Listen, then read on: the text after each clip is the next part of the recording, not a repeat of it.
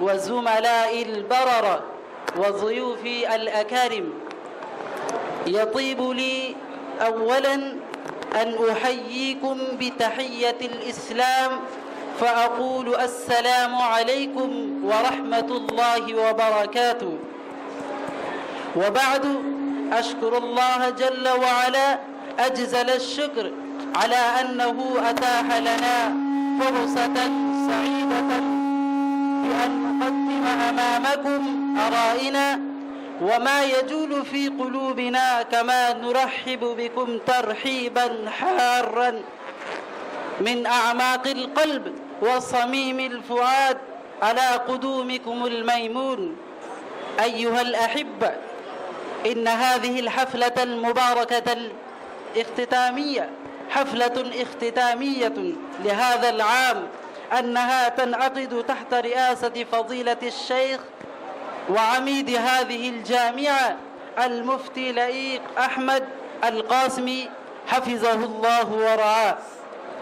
إخواني في الدين، إن هذه اللغة لغة التكلم والتخاطب، هي لغة راقية عالية ولها أهمية كبرى وفوائد كثيرة لا تعد ولا تحصى.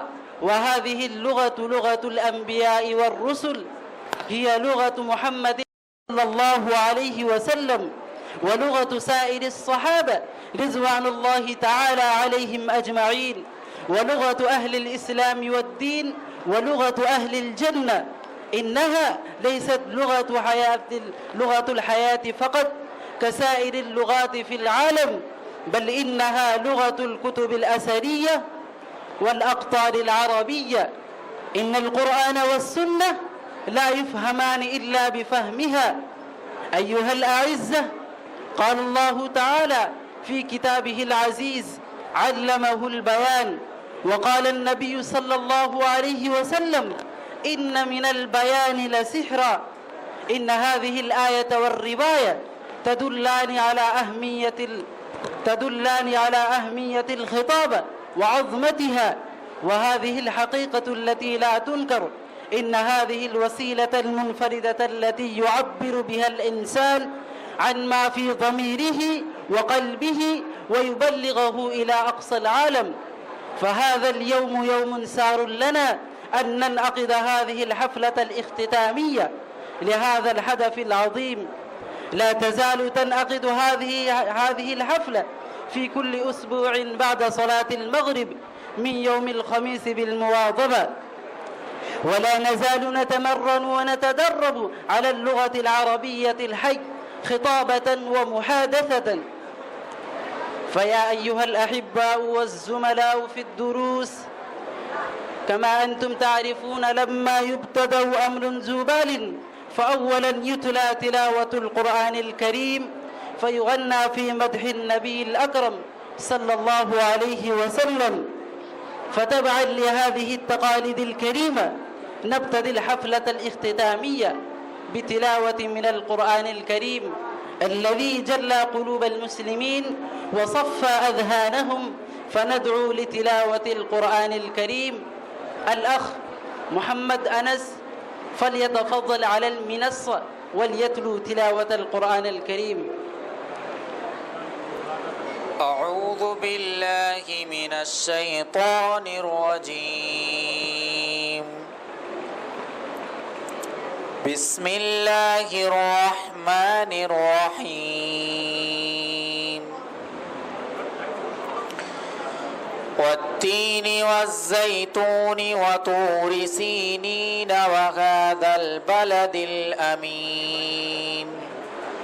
لقد خلقنا الإنسان في أحسن تقويم ثم رددناه أسفل سافلين إلا الذين آمنوا وعملوا الصالحات فلهم أجر غير ممنون. فما يكذبك بعد بالدين أليس الله بأحكم الحاكمين.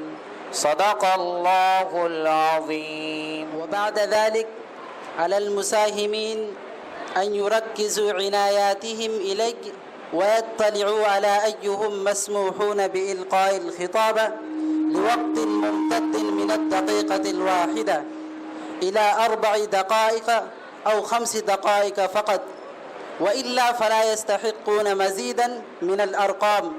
من اللازم عليهم أن يكلموا كلماتهم في هذه الدقائق واللحظة. حديره بالذكر أن الجرس الأول يرن بعد 4 دقائق والجرس الثاني على 5 دقائق. الآن نرجع إلى هدفنا الأصيل ونبدأ الحفلة الخطابية بدون تأخير، فلذلك ندعو خطيبا بارعا نعني المساهم الأول أن يجي على المنصة يلقي أمامنا خطبة رنانة.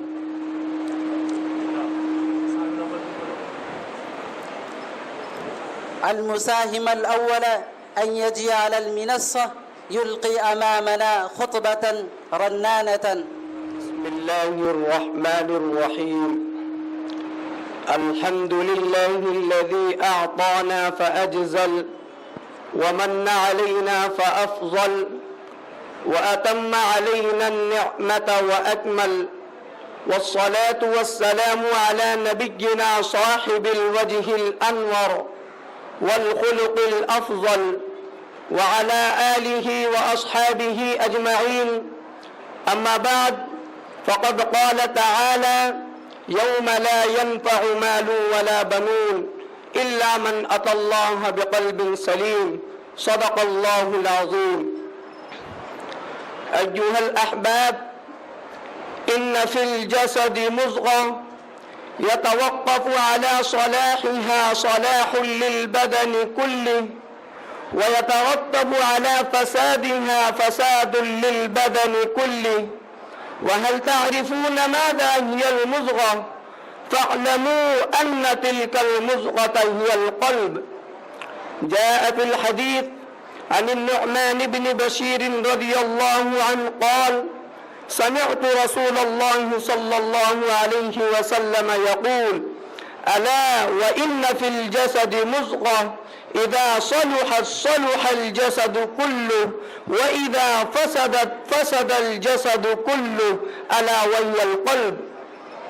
إخوتي في الدين، إن القلب يكون دائما في تقلب وتغير، لا يبقى على حالة واحدة بل يتقلب من حالة إلى أخرى بحسب ما يجد بيئة ومناخا، ولا يدري أحد متى تتغير أحواله ومتى يتقلب قلبه.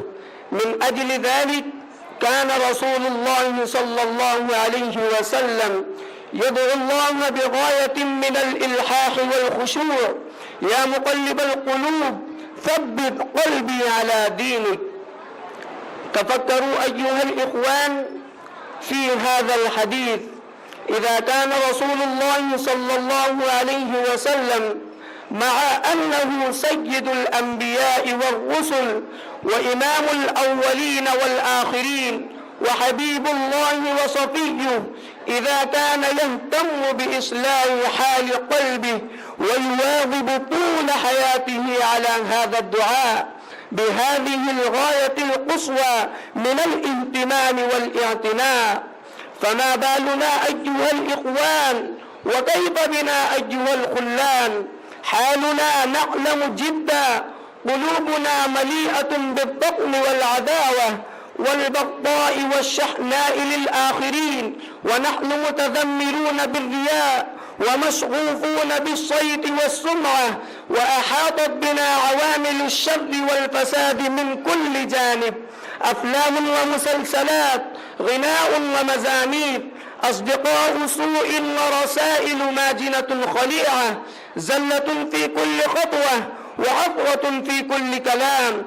تصرفاتنا وحركاتنا دائما للفساد والإفساد، ولكن مع ذلك نجد أنفسنا في غنى عن إصلاح قلوبنا. هذا مقام خطر عظيم، فلا بد لجميع المسلمين أن يهتموا اهتماما بالغا في هذا الجانب. قال الله تعالى: وأن ليس للإنسان إلا ما سعاه وأن سعيه سوف يراه. بارك الله لنا ولكم في القرآن المجيد، ونفعنا وإياكم بالآيات والذكر الحكيم، فاستغفروه إنه هو الغفور الرحيم. المساهم الخامس: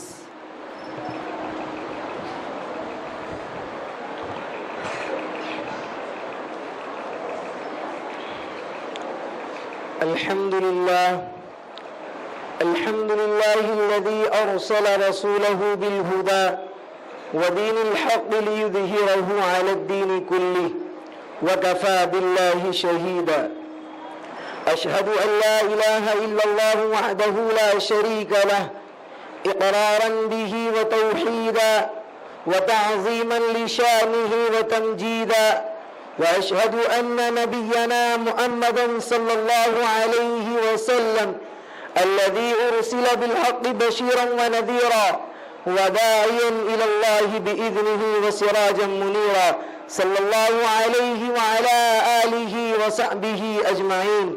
أما بعد، قال الله تعالى في الكلام المجيد: فأعوذ بالله من الشيطان الرجيم، بسم الله الرحمن الرحيم.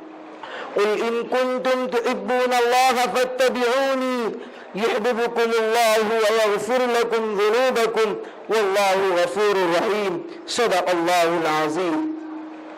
أيها الحكمين المبجلين وأساتذة المحترمين والمستمعون الكرام، إن حب الرسول صلى الله عليه وسلم حتم لازم على جميع العباد المؤمنين، فلا يكون العبد مؤمنا حقا تاما إلا أن يكون صادقا في حب الرسول صلى الله عليه وسلم. وهذا من تمام إيمان العبد أن يقدم محبة الرسول صلى الله عليه وسلم على محبة جميع الخلق، بل على محبة الأهل والولد والناس أجمعين. فقد جاء في الحديث الشريف عن أنس رضي الله تعالى عنه أن النبي صلى الله عليه وسلم قال لا يؤمن أحدكم حتى أكون أحب إليه من والده وولده والناس أجمعين. أيها الإخوة، هناك سؤال: أي محبة تليق أن تسمى محبة صادقة؟ فاعلموا أن المحبة الصادقة تقتضي المتابعة والموافقة في حب المحبوبات وبغض المكروهات، لأن النبي صلى الله عليه وسلم قال لا يؤمن أحدكم حتى يكون هواه تبعا لما جئت به. وقال تعالى: قل إن كنتم تحبون الله فاتبعوني يحببكم الله ويغفر لكم ذنوبكم والله غفور رحيم. قل أطيعوا الله ورسوله فإن تولوا فإن الله لا يحب الكافرين. اتزع من ذلك أن من أحب الله ورسوله محبة صادقة، فاعلموا أن المحبة الصادقة تقتضي المتابعة والموافقة. يلزم عليه أن يحب ما يحب الله ورسوله ويكره ما يكره الله ورسوله ويعمل بجوارحه بمقتضيات هذه المحبة. فمن عمل ما يخالف الشريعة الغراء فمحبته ليست بشيء في شيء، بل إنها ادعاء كذب وزور وادعاء باطل وغرور، والله لا يحب الكاذبين الخادعين. فأيها الإخوة، يلزم علينا أن نحب رسول الله صلى الله عليه وسلم. أكتفي بهذه الكلمات العديدة، والسلام عليكم ورحمة الله وبركاته. المساهم الثالث. الحمد لله الذي أمرنا بالبر والتقوى والاجتماع على الحق والاعتصام بحبل الله المتين، والصلاة والسلام على نبينا محمد بن عبد الله الأمين وعلى آله البررة الكرام وأصحابه العظام والتابعين لهم بإحسان. أما بعد، فقد قال تعالى: واعتصموا بحبل الله جميعا ولا تفرقوا. صدق الله العظيم. إخواني في العقيدة والإيمان، إن الأمة الإسلامية في هذه الأيام تمر بمرحلة خطيرة جدا لا مثال لها في تاريخها الطويل. دولة إسرائيل جاثمة على قلب العالم الإسلامي، وأمريكا تعامل مع المسلمين معاملة قاسية في العراق وأفغانستان، وصار دماء المسلمين رخيصة في أنزار القردة والخنازير من اليهود والنصارى، فلا قيمة لدمهم عند المشركين في الهند، حتى أنه أرخص عندهم من الطين والتراب.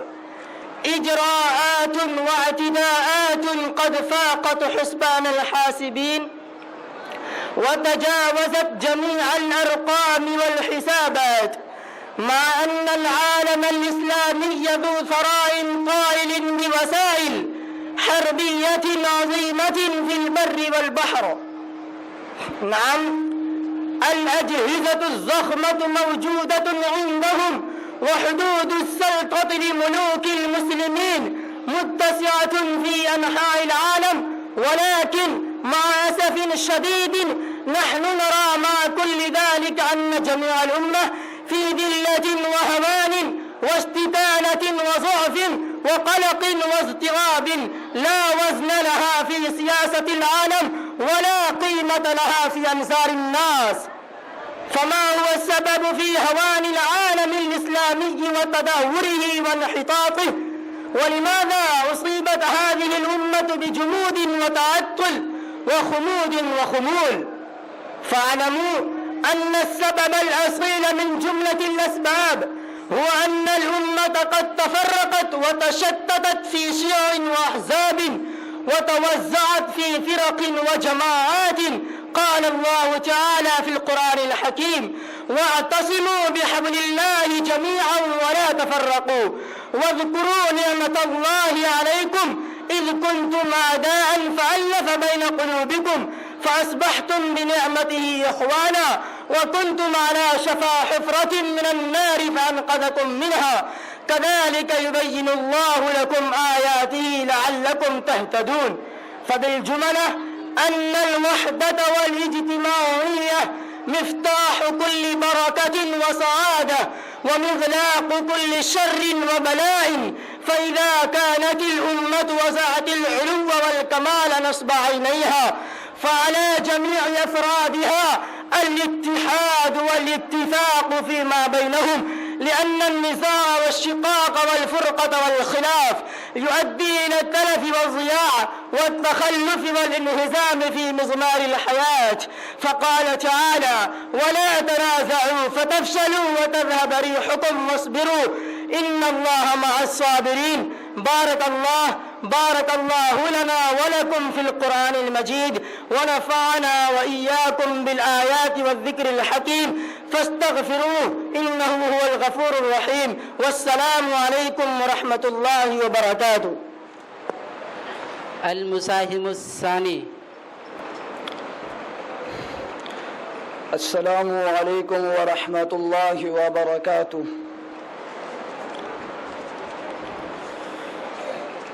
الحمد لله حمدا يليق بعظمته وكبريائه، والحمد لله على آلائه ونعمائه، والحمد لله على نعمة الإيمان وعلى نعمة القرآن، والصلاة والسلام على سيد الإنس والجان صلى الله عليه وعلى آله وأصحابه أجمعين. أما بعد، فقال تعالى: قل هل يستوي الذين يعلمون والذين لا يعلمون إنما يتذكر أولو الألباب. صدق الله العظيم.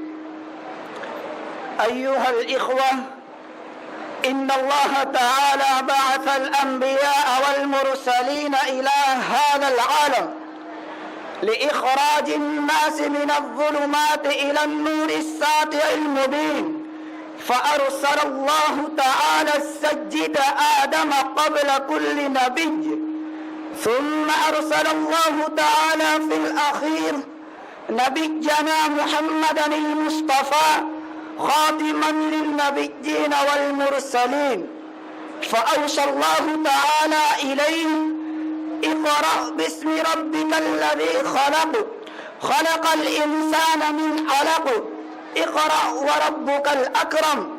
وقال تعالى: قل هل يستوي الذين يعلمون والذين لا يعلمون إنما يتذكر أولو الألباب.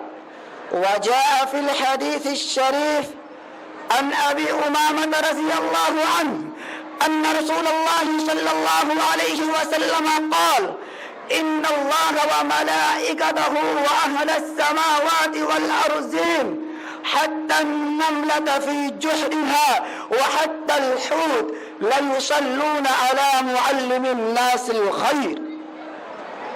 أيها الأصدقاء الكرام، أنتم طلاب العلوم الشرعية وضيوف رسول الله صلى الله عليه وسلم، وستكونون ورثة الأنبياء في قريب من الزمان، وستقومون في دياركم وأقطاركم داعين إلى الله تعالى، كما قال الله تبارك وتعالى: فلولا نفر من كل فرقة منهم طائفة ليتفقهوا في الدين ولينذروا قومهم إذا رجعوا إليهم لعلهم يحذرون.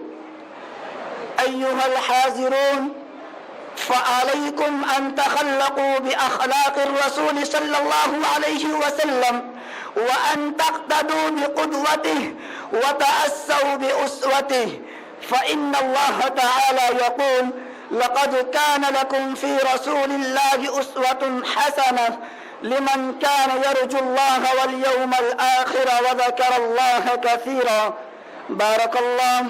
بارك الله لنا ولكم في القرآن المجيد، ونفعنا وإياكم بالآيات والذكر الحكيم، فاستغفروه إنه هو الغفور الرحيم.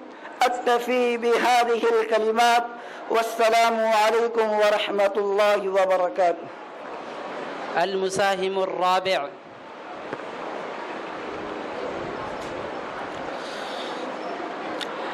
الحمد لله الواحد الصمد الأحد الذي خلق وحده العالمين، والصلاة على النبي الأكرم الذي لم يحب ما شاء وشئت، وعلى آله وأصحابه أجمعين.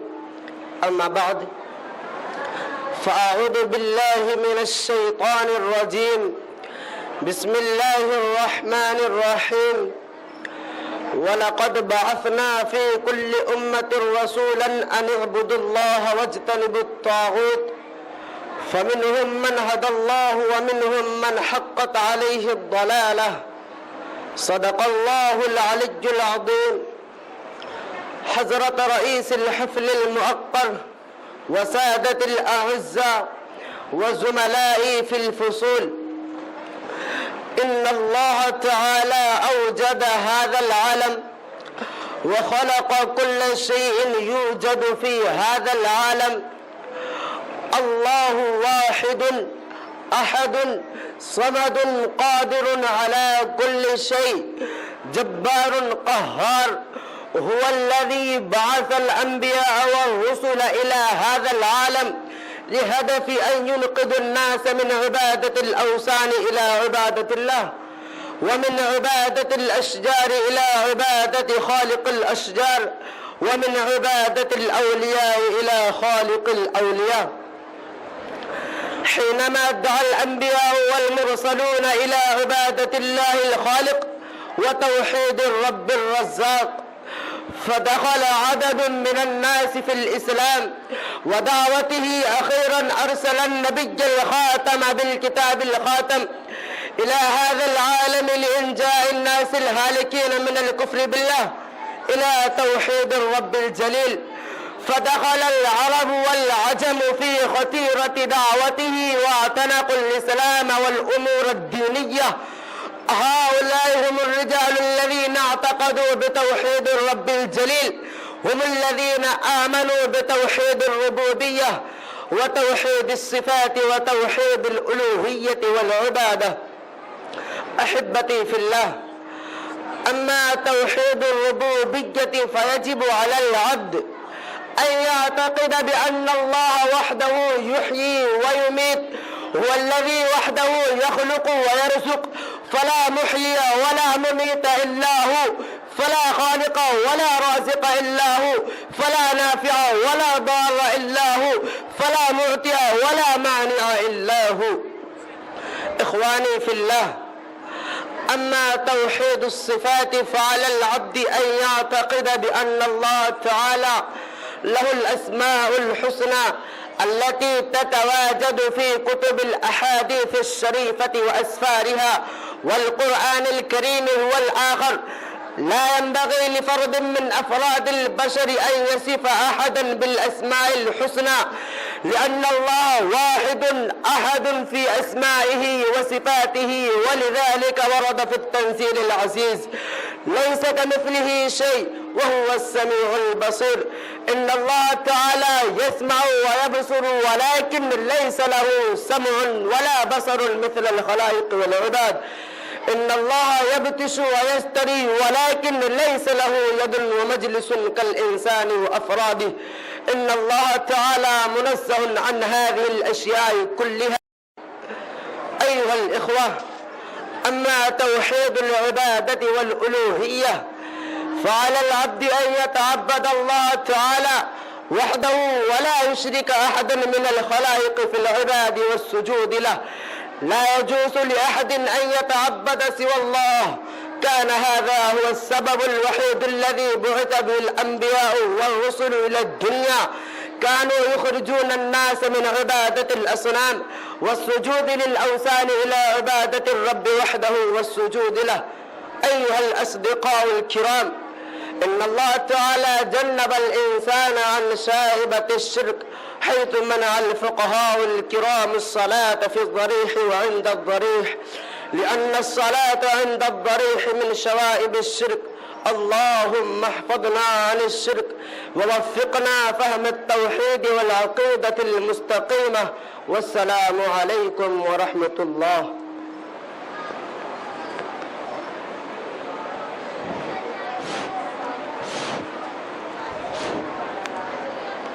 وفي الختام ندعو الأديب الأريب البارع فضيلة الشيخ مولانا المفتي محمد فيصل القاسمي المعقر حفظه الله ورعاه، يتفضل ويلقي أمامنا الكلمة الناصحة المفيدة التي ترشدنا في ساحة العلم والعمل، فليتقدم مشكورا.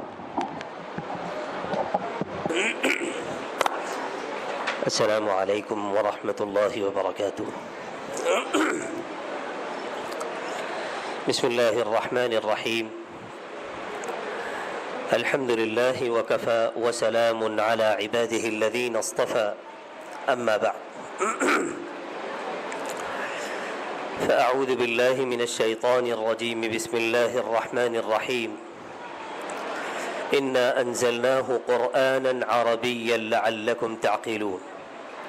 صدق الله مولانا العظیم. اساتذہ کرام،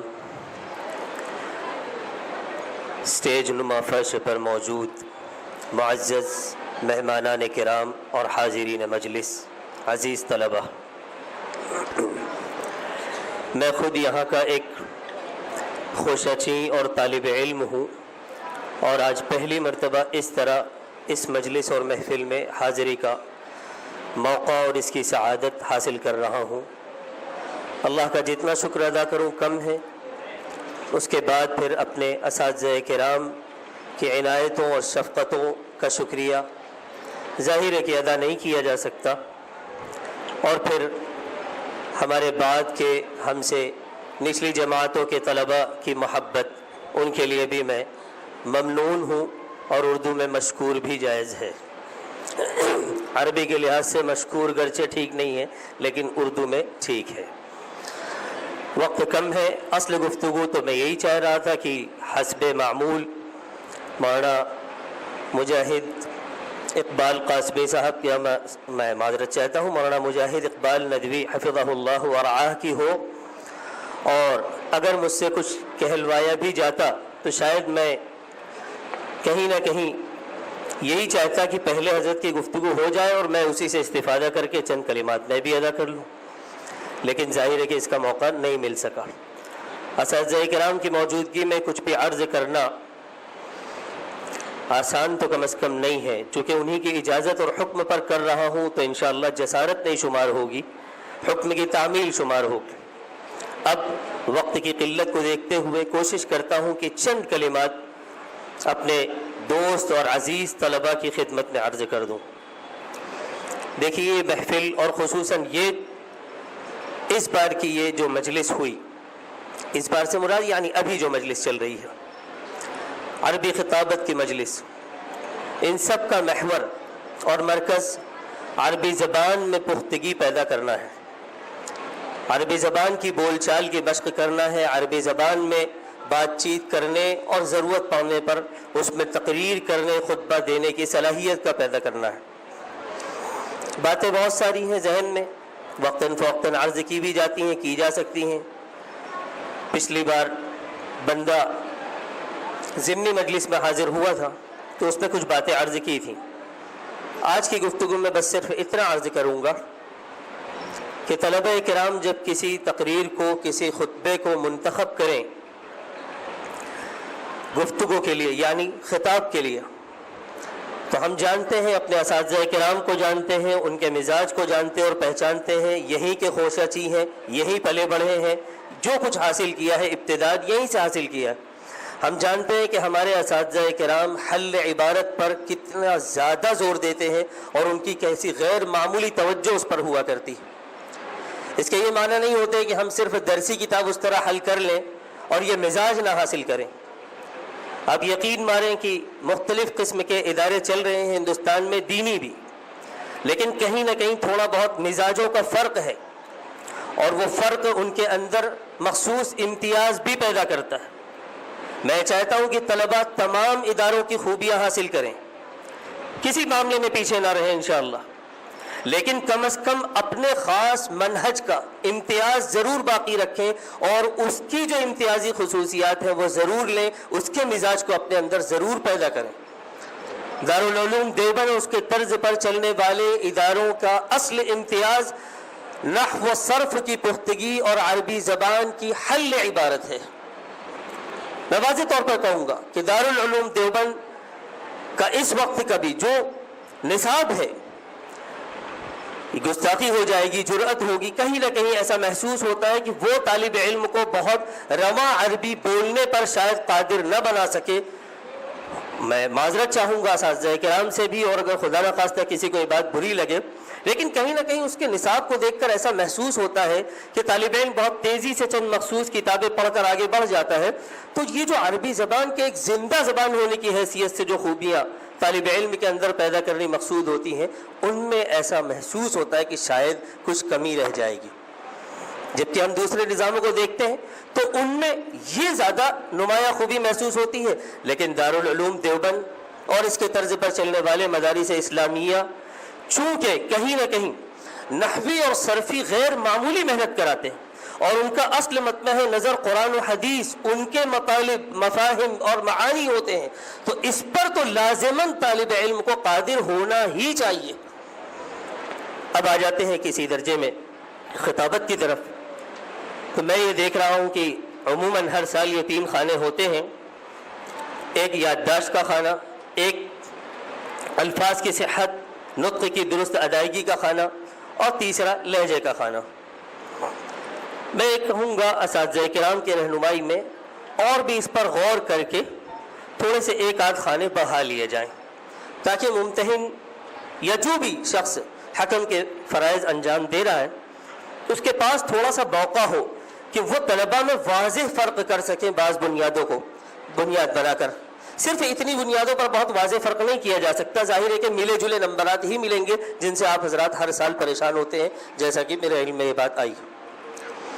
دوسری بات طلباء کے سلسلے میں وہ یہ کہ میں نے جہاں سے بات شروع کی کہ جو موضوع منتخب کریں اور جو خطبہ، ظاہر ہے کہ ابھی ہم لوگ خود سے تیار نہیں کرتے ہیں، کتابوں میں جو تیار شدہ خطبے ہوتے ہیں انہی کو لیتے ہیں اور ان سے تیاری کرتے ہیں. تو ان کی عبارت لفظ بلفظ ضرور حل کر لیں. ہر لفظ کے بالکل درست معنی ہم کو معلوم ہو، ہر لفظ کا بالکل درست اعراب ہم کو معلوم ہو، اور ہر لفظ کا بالکل درست تلفظ ہم کو معلوم ہو. اسی طرح جب ہم عربی زبان بول رہے ہیں تو فن تجوید میں اور عربی زبان کے عمومی تلفظ میں معمولی سا فرق ہے. تجوید میں کچھ اضافی قواعد کی رعایت کی جاتی ہے، مثلا غنہ ہوتا ہے، مد ہوتا ہے، اس طرح کی اور اضافی چیزیں ہوتی ہیں. لیکن عربی زبان اپنے آپ میں ایک تجویدی مزاج ضرور رکھتی ہے. حروف ان کی صحیح جگہوں سے اور صحیح صفات کے ساتھ ادا ہو تو وہ اچھے لگتے ہیں. جامعات کے مدارس کے طلباء جو کہیں نہ کہیں حفظ پڑھ کر گئے ہوتے ہیں، تھوڑا بہت فن تجوید سے ان کا واسطہ پڑا ہوتا ہے، تو بہتر ہے کہ ان کا تلفظ تجوید کے مطابق ہو. تمام تجویدی قواعد کی ظاہر ہے کہ عربی بول چال میں رعایت نہیں کی جاتی ہے، لیکن حروف تو اپنی جگہ سے ادا ہو سارے، اور حتی المقدور ان کی صفات کا پورا خیال کیا جائے. یہ کچھ باتیں ہیں جو اس وقت ذہن میں آ گئیں، اور اس درمیان میں نے کچھ باتیں اپنی جانب سے بھی عرض کی، تو انہیں کسی طرح کی گستاخی پر مبنی نہ سمجھا جائے. بس یہ خیال ہے کہ اس پر غور کیا جا سکتا ہے ان باتوں پر. مثلا میں نے نصاب میں موجود کتابوں کے سلسلے میں جو بات کہی، اسی طرح آخر میں طلبہ عزیز سے ایک بات اور کہوں گا کہ آپ نصاب پر تو پوری محنت کیجئے، لیکن جب آپ اپنے نظام میں عربی زبان کی بول چال کی کوشش کرتے ہیں، مشق کرتے ہیں، خطابت کی کوشش کرتے ہیں اور مشق کرتے ہیں، تو اس فکر میں بھی ضرور رہیں کہ عربی زبان کو تقویت پہنچانے والی، ان مہارتوں میں اضافہ کرنے والی کون سی اچھی اور عمدہ کتابیں بازار میں دستیاب ہیں، کون سے مؤلفین اور مصنفین ہیں جنہوں نے ان پر غیر معمولی کام کیا ہوا ہے، ان کی معلومات ضرور حاصل کیجئے۔ اساتذہ کرام کی رہنمائی میں، ان کی سرپرستی میں الگ سے بھی ان پر محنت ضرور کیجئے۔ انشاءاللہ اللہ تعالیٰ آپ کا حامی و ناصر ہوگا اور آپ کو غیر معمولی لیاقت اور قابلیت حاصل ہوگی۔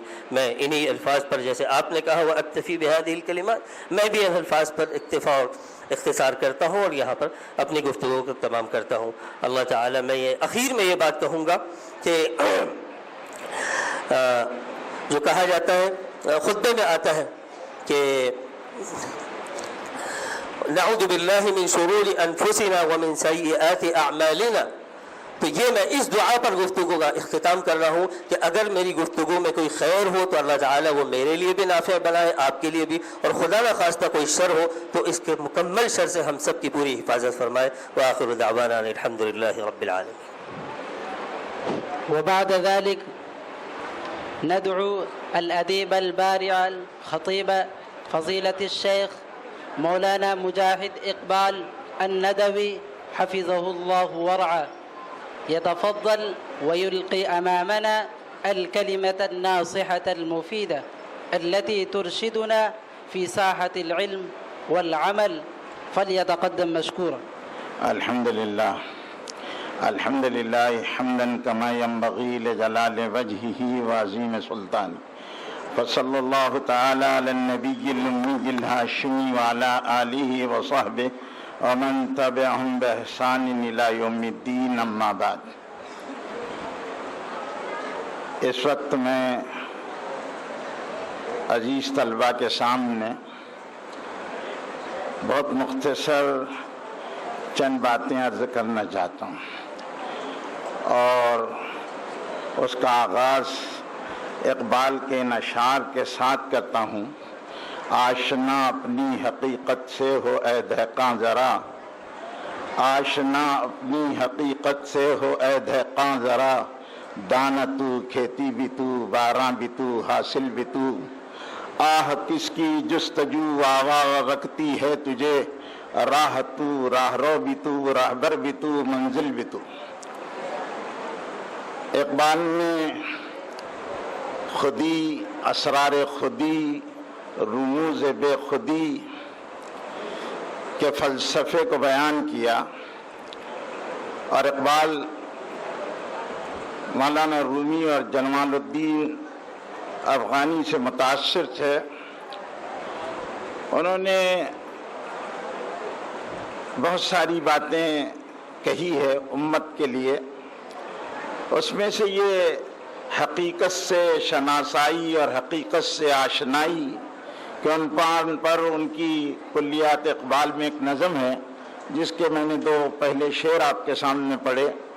آشنا اپنی حقیقت سے ہو اے دہقاں ذرا، دانہ تو کھیتی بھی تو، باراں بھی تو، حاصل بھی تو، آہ کس کی جستجو آوارہ رکھتی ہے تجھے، راہ تو، راہ رو بھی تو، رہبر بھی تو، منزل بھی تو۔ ہمارے مدارس اسلامیہ کے طلبہ جو ہیں یہ امت کا مستقبل ہے۔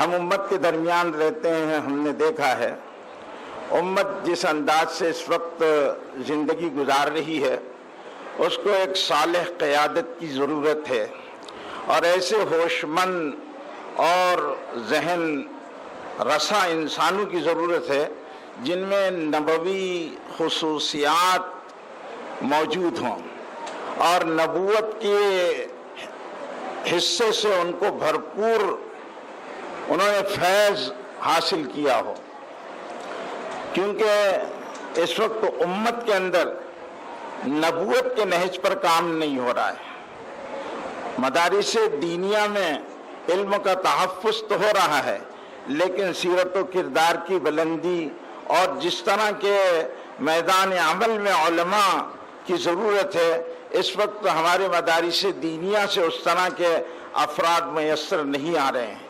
اس لیے آپ لوگ اس سراج العلوم کی چار دیواری کے اندر اپنی سیرت و کردار کی بلندی اور پختگی پر محنت کریں، اپنی ایسی تربیت کریں کہ جو آپ کو ایک کامل اور مکمل انسان بنائے۔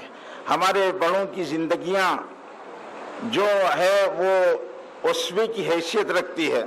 اکابرین دارالعلوم دیوبند کی زندگیاں ایسی ہے کہ اگر ہم نے ان کی سوانح حیات کو پڑھ کر اس سے بھرپور استفادہ کیا تو آج بھی ہماری صفوں سے وہ افراد اور مدرسوں سے وہ طلبہ فارغ ملیں گے جو اس وقت امت کے درد کا درما بن سکتے ہیں اور دوا بن سکتے ہیں. امت نزار ہے، امت بیمار ہے، انسانیت خودکشی کر رہی ہے، معاشرہ کرپٹ ہو چکا ہے، برائی سر سے اوپر سر چڑھ کر بول رہی ہے اور پوری انسانیت اس وقت بڑی تباہی کی عمیق غاروں میں گرنے کے دہانوں پر کھڑی ہوئی ہے. تو اس کو بچانا کس کا کام ہے؟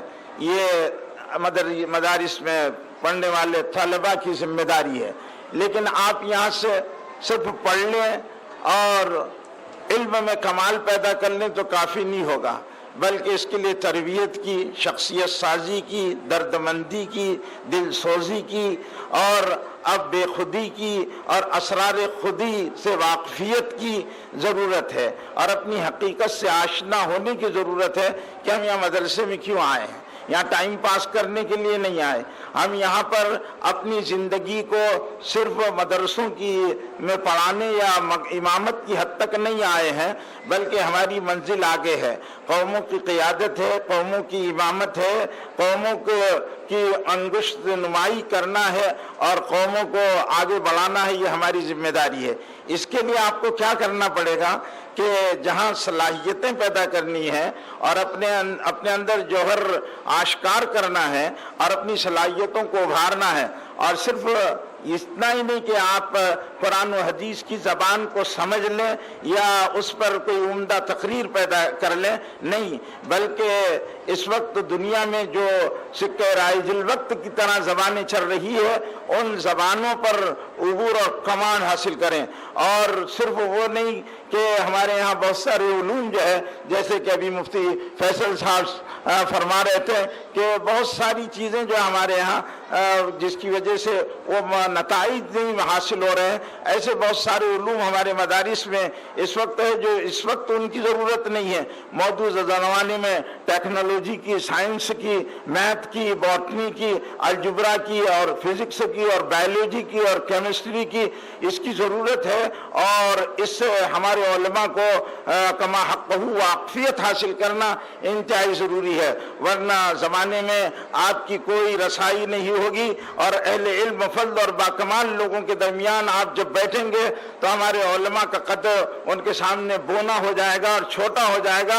اور یہ ہمارے لیے ایک عیب کی بات ہوگی کہ نبوت کے علم کے حاملین جو ہے وہ دنیا کی روش سے ناواقف ہے. عام کو دنیا کی روش سے اور دنیا کے اس وقت کے جو چلتے ہوئے دھارے ہیں اور جو ہواؤں کے رخ ہیں ان کو سمجھنے کی ضرورت ہے. ہم ہی ہواؤں کے رخ کو بدل سکتے ہیں اور دنیا میں کسی میں طاقت نہیں ہے، نہ کسی سپر پاور میں طاقت ہے، نہ کسی میں طاقت ہے کہ ہواؤں کے رخ کو بدل دے، باطل کا قلع کما کر دے، آنکھوں میں آنکھیں ملا کر باطل کی سرکوبی کر دے. یہ اس وقت دنیا میں کسی کے پاس وہ صلاحیت نہیں ہے. صرف یہ صلاحیت ہے تو ان بوریا نشینوں پر، ان خاک نشینوں پر، ان چٹائیوں پر بیٹھنے والوں پر، ان درسگاہوں میں زانوئے تلمس طے کرنے والوں پر، کیونکہ ان کی نسبتیں بڑی ہے، ان کی نسبتیں بہت بڑی ہے. یہ سرچشمہ نبوت محمدی سے ملتا ہے اور اس کا جو سراغ ہے وہ وہاں پر ہے. اس لیے اقبال نے کہا تھا کہ اپنے آپ میں ڈوب کر، اپنے من میں ڈوب کر پا جا سراغ زندگی، اپنے من میں ڈوب کر پا جا سراغ زندگی. تو اگر میرا نہیں بنتا نہ بن، اپنا تو بن.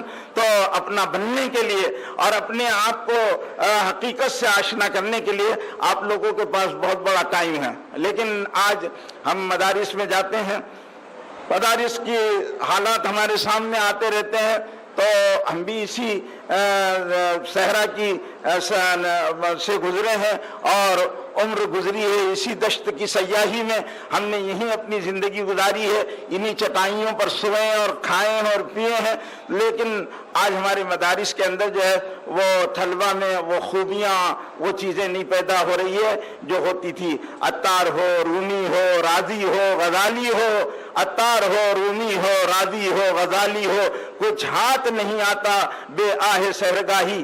آج ہمارے مدارس میں تہجد کا مزاج نہیں، عبادتوں میں وہ انہماک و اشتغال نہیں، دعا کا وہ اہتمام نہیں، ذکر کی وہ کیفیات نہیں، واردات قلب وہ نہیں جن سے زندگی کے اندھیرے دور ہوتے ہیں اور قلب دل روشن ہو جاتا ہے، معرفت اور علم کی وہ سبق سری نہیں جس کی وجہ سے ذہن رسا اور فکر بلند ہوتی ہے۔ آج اگر ہم مدرسوں سے نکلنے کے بعد ایک چھوٹے سے دائرے میں اور ایک چھوٹے سے گھروندے کے اندر زندگی گزارتے ہیں اور دنیا کے جو نیٹ ورک ہے اس پر ہم اثر انداز نہیں ہوتے، اور اس شاکلے کو جس کو قرآن نے شاکلہ کہا ہے، کل کل یعمل علی شاکلتہ فربکم عالم بمن هو اہدی سبیلا، کہ جو دنیا ہے یہ پورا ایک نیٹ ورک ہے، اور اس نیٹ ورک کو آپ کو اس نیٹ ورک میں کام کرنا ہے تو آپ کا جس کے پاس جتنا مضبوط سیٹلائٹ ہوگا اس کا نیٹ ورک اتنا مضبوط ہوگا۔ اگر ہمارا سیٹلائٹ کمزور ہوگا تو ہم دنیا کے مضبوط سیٹلائٹوں کے مقابلے میں ہم نہیں کھڑے رہیں گے۔ دنیا کی باطل طاقتوں نے جو ترقی کی ہے تو ان کی جد و جہد پر ان کے اندر وہ خوبیاں جو ہمارے اندر ہونا چاہیے، تو آپ بریمن نلی چلے جائیے، یہاں بھیونڈی کا ایک محلہ ہے، وہاں کے بچے رات کے 10 کے بعد جاگتے ہوئے نظر نہیں آئیں گے، ان کے بچے سو جاتے ہیں۔ ان کے بچوں کو میں ذاتی طور پر جن لوگوں کو جانتا ہوں جو RSS کے بچے ہیں، برہمن لوگوں کے بچے ہیں، میرے ان سے تعلقات ہیں، میں ان کو جانتا ہوں، ان کے پیرنٹس سے میری ملاقات ہوتے رہتی ہے، میں ان کے بارے میں پوچھتے رہتا ہوں کہ تمہارے بچے، وہ بچے، ان کے بچے اپنی منزل طے کر لیتے ہیں 4 اور 5ویں کلاس میں ہونے کے بعد، اپنے آپ 12ویں کے بعد ابا پوچھنے کے لیے آتا ہے کہ اب میرے بچے کو کیا کرانا چاہیے۔ ان کے بچوں کی منزلیں طے ہے، ان کو آگے جانا ہے، ان کو معلوم ہے۔ ہمارے بچوں کو ان کی منزل معلوم نہیں ہے، ان کو کیا کرنا ہے اور ان کی منزل کیا ہے۔ ان کے یہاں صبح میں جلدی اٹھنے کا مزاج ہے، ہمارے ہاں راتوں میں، ابھی مولانا سجاد صاحب دامت برکاتہم نے بھیونڈی کا نام لے کر ان کی ایک کلپ وائرل ہو رہی ہے، بھیونڈی اور مالیگاؤں کا نام لیا اور کہا کہ بھیونڈی اور مالیگاؤں عجیب و غریب شہر ہے، ہر جگہ دیکھو 200 کرسیاں بچھی ہوئی ہے، اس پر بے فکر نوجوان گپے مارتے بیٹھے ہوئے ہیں اور رات کے 2 بجے تک گپے مارتے بیٹھے رہتے ہیں۔ کوئی امت کا مستقبل نہیں ہے، کوئی رخ نہیں ہے، اور اس رخ کو درست کرنے کی کوئی کوشش بھی نہیں ہے کہ امت کا رخ درست کر دیا جائے۔ آپ بھیونڈی کے اطراف میں جتنا بڑا ڈھابے کا بزنس ہے وہ آپ لوگ اس کی اکنامی کو نہیں سمجھ پائیں گے، اس لیے میں اس کی تفصیلات نہیں بتا سکتا ہوں۔ تو اتنا بڑا بزنس ہوتا ہے یہاں پر، سارے کون آتے ہیں؟ مسلم لوگ بمبئی سے، ممرا سے، کاشی میرا سے، میرا روڈ سے، ہر جگہ سے آتے ہیں، راتیں کائے میں گزر رہی ہے۔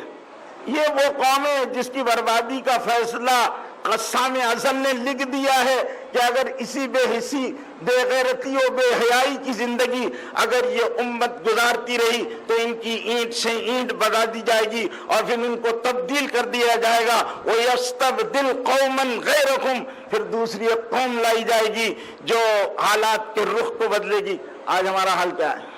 آج ہمارے بچوں کا حال کیا ہے؟ آج ہمارے مدرسوں کا بھی حال ہے۔ بہت افسوس سے کہنا پڑتا ہے اور بہت تکلیف ہوتی ہے جب یہ کہتے ہوئے کہ ہمارے مدرسوں کا حال اسکولوں کے حال سے مختلف نہیں ہے، مختلف نہیں، کوئی نمایاں فرق نہیں ہے، کوئی چیز نہیں ہے جو ہم کو ایک مدرسے کے اندر آنے کے بعد متاثر کر دے۔ حسن البنا نماز پڑھ رہے تھے اور سید قطب شہید کے باپ دیکھ رہے تھے، نماز پڑھتے ہوئے تو دل میں ایک آرزو پیدا ہوئی کہ اللہ اگر مجھے اولاد دے گا تو اس طرح کی اولاد دینا۔ وہ نماز پڑھ رہا ہے بچہ، چھوٹی عمر کا، آنکھوں سے آنسو جاری ہے خوف و خشیت کی وجہ سے اور تقوی و پرہیزگاری کی وجہ سے۔ کیا نماز تھی؟ آج ہمارے مدرسے میں کوئی ایسی نماز پڑھتا ہے کوئی بچہ؟ کسی بچے کی نماز ایسی ہے؟ کیسی نمازیں پڑھتے ہیں؟ میں نے بھی پڑھا ہے، آدھے لڑکے یوں ٹھمکے مارتے رہتے ہیں، آدھے لڑکے ایک دوسرے کے کان میں بات کرتے رہتے ہیں اور ہنسنے کا تو حساب ہی نہیں، اور پوری سب گرتے رہتی ہے۔ ہمیں نا کتنے بچے ہیں جو تہجد میں اٹھتے ہیں؟ کتنے بچے ہیں؟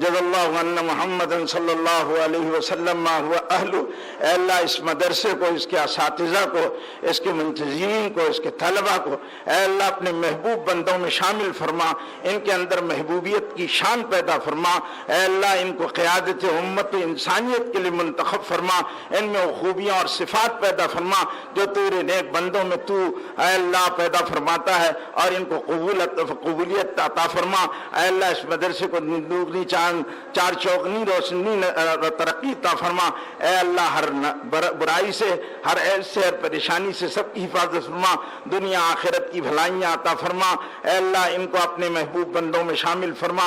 ربنا تقبل منا انک انت السمیع العلیم وتب علینا یا مولانا انک انت التواب الرحیم. وصلی اللہ تعالی علی النبی الامی الکریم وعلی آلہ وصحبہ اجمعین برحمتک. سید ولد آدم خیر الانام، اس پہ لاکھوں درود، اس پہ لاکھوں سلام.